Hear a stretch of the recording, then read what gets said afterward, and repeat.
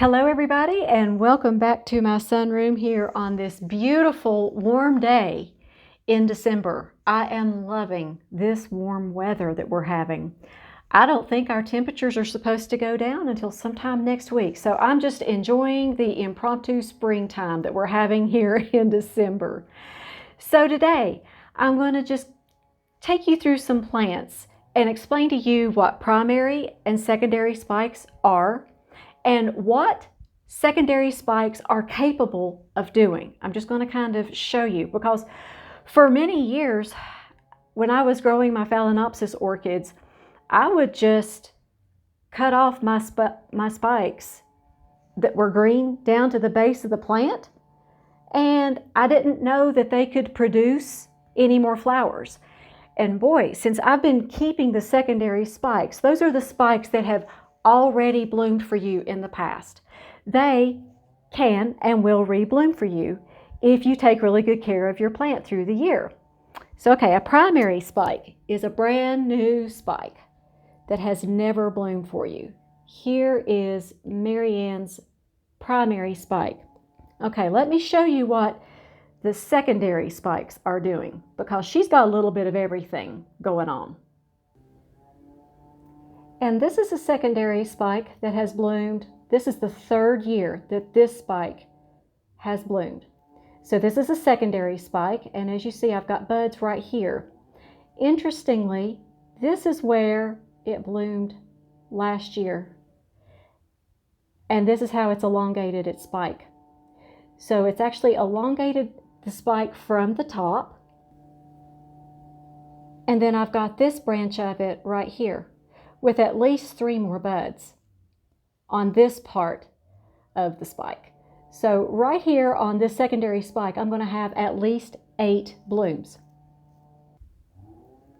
And here's the other secondary spike. This one has bloomed for me. This is the second time that this one has spiked. So I guess you could call this the secondary bloom. And as you see, I've got 2 branches on this part of the spike. Now the top of this part of the spike has turned brown. So I know that it's not going to elongate from up here. Well, I say that, unless it decides to. Sometimes they do just what they're going to do and it surprises you. But this is what happens. This is what is capable, what they're capable of doing with secondary spikes, which I just find fascinating. And this is my Phal Sogo Lawrence Tahiti Sunset, and he has 1, 2 primary spikes. These are about, an inch long, but let me show you what's going on with the secondary spikes, the ones that produced last year. Well, I just found out that I have 3 secondary spikes that are producing on this plant. Okay, right here.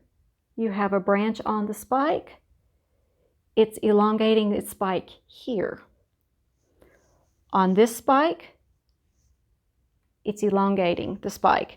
And then at the very bottom, you really can't see it from here. It's behind that leaf. But there's a branch, much like this one, on this spike down here. So all these produce blooms, and boy, when they bloom along with the primary spikes, they give you just such a beautiful show. And here's my beautiful Phal Magic Art, some of these gorgeous blooms. And as you see, this one is blooming beautifully. This is a primary spike. This one has never bloomed before, but I'm going to show you what happened to the secondary spike that bloomed last year. Yep, and there it is. It turned brown all the way down to the crown of the plant. Now what's unusual about this is that I watched this turn brown as this plant started blooming. It's like, I believe that it took the nutrients from the spike so that it would have plenty of nutrients to bloom.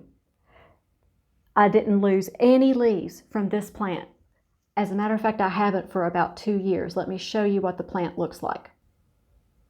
Beautiful, huge, long leaves. They're that dark green color. There's very little pigmentation. There's no signs of magnesium deficiency in this plant. So I believe that with this spike that turned brown, I think that it just recycled its nutrients. I have not lost any leaves off of this plant, which is wonderful. So it recycled the old spike instead of recycling a leaf. And so many of you have asked me, how do you have so many leaves on your Phalaenopsis orchids?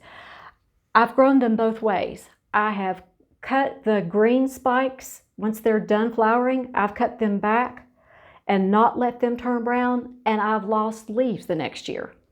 Then I've grown them this way, where I leave the spikes on the plant, and I've just noticed the overall health of the plant is much, much better.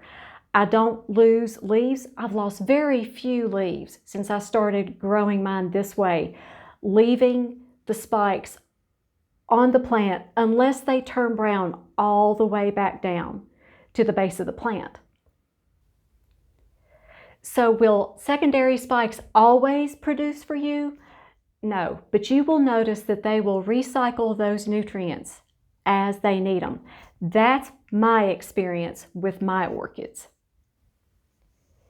And as always, if you all have any other questions about primary or secondary spikes, please just leave me a comment below. I just want you all to know, you all are such a blessing to me. I appreciate you all watching so much.